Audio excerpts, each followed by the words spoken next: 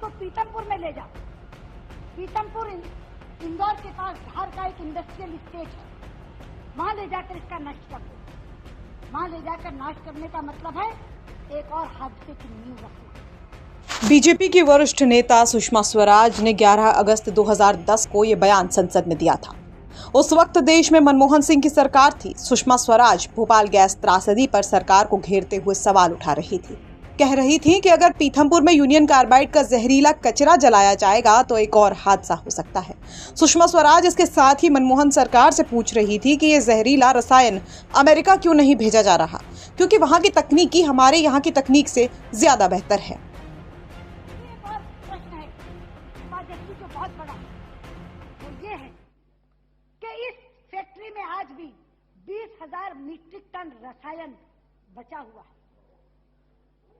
उस कचरे का विनाश कैसे किया जाए, उसको नष्ट कैसे किया जाए, ये एक बड़ा यक्ष प्रश्न बना हुआ है। फैक्ट्री वाले कहते हैं इसको पीतमपुर में ले जाओ। पीतमपुर इंदौर के पास धार का एक इंडस्ट्रियल स्टेट है, वहां ले जाकर इसका नष्ट कर दो। वहां ले जाकर नाश करने का मतलब है एक और हादसे की नींव रखना। मैं पूछना चाहती कि जब MIC आयात करके आती थी अमेरिका से, और जब ये रसायन भोपाल से बंद टैंकरों में पीतमपुर ले जाया जा सकता है, तो ये रसायन बंद टैंकरों में अमेरिका वापस क्यों नहीं हो जाएगा? उनके यहाँ बड़े बड़े अच्छे इंसिनरेटर्स हैं, उनके यहाँ इतने अच्छे इंसिनरेटर्स हैं, हमारे यहाँ वो उपकरण नहीं है। उनके यहाँ वो हजारों हजार लाखों लाख मीट्रिक टन को नष्ट करते हैं। हमारे यहाँ अगर थोड़ा सा रसायन भी विनाश से पहले एक और विनाश कर गया तो एक और भोपाल घट जाएगा। इसलिए इस पूरे कचरे के नाश के लिए इसको हमें वापस अमेरिका भेजना चाहिए। इसलिए मैं आपसे कहना चाहती हूँ उपाध्यक्ष जी, पहली बार है कि मेरे बोलते समय घंटी बजी। मैं तो घंटियां खड़का खड़का के इनको सुनाना चाह रही थी, क्योंकि धीरे धीरे आत्मा जाग रही है लोगों की।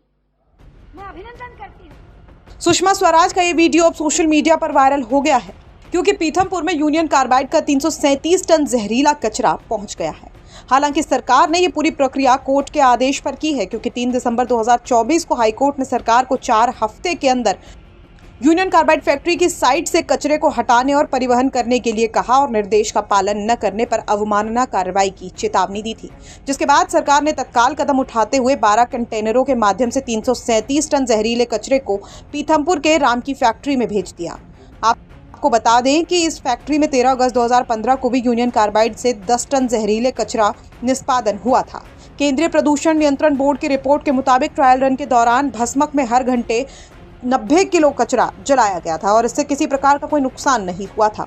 बताया जा रहा है कि इसी ट्रायल रन के रिपोर्ट के आधार पर उच्च न्यायालय ने जहरीले कचरे का निपटान पीथमपुर में करने के निर्देश दिए हैं। ब्यूरो रिपोर्ट MP तक।